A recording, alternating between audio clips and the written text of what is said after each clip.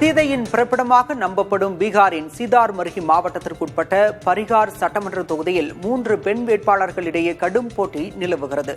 2020 சட்டமன்ற தேர்தலில் இந்த தொகுதியில் பாஜக வேட்பாளர் காயத்ரி தேவி வெற்றி பெற்றார்.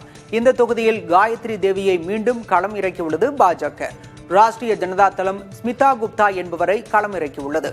கடந்த முறை ராஷ்டிரிய ஜனதா தளம் சார்பில் இந்த தொகுதியில் போட்டியிட்டு தோல்வியடைந்த ரித்து ஜெய்ஸ்வால் சுயேட்சையாக போட்டியிடுகிறார். இதனால் கடும் போட்டி உருவாகியுள்ளது.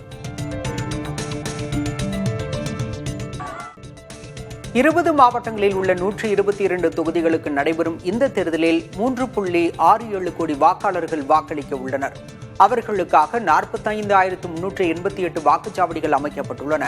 122 தொகுதிகளில் 1,302 வேட்பாளர்கள் களத்தில் உள்ளனர். இதில் 136 பேர் பெண்கள் என்பது கூடுதல் தகவல். தேர்தல் பணிகளில் 4.5 லட்சம் பேர் ஈடுபட உள்ளனர். இது தவிர பீகார் காவல்துறையினர், துணை ராணுவ படையினர் என சுமார் 1 லட்சம் பேர் பாதுகாப்பு பணிக்காக களமிறக்கப்பட்டுள்ளனர்.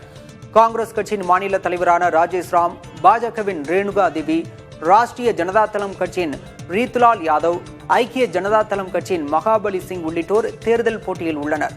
முன்னதாக 6ஆம் தேதி நடந்த முதற்கட்ட தேர்தலில் 65.08 விழுக்காடு வாக்குகள் பதிவாகின. வாக்கு எண்ணிக்கை வரும் 14ஆம் தேதி நடைபெற உள்ளது.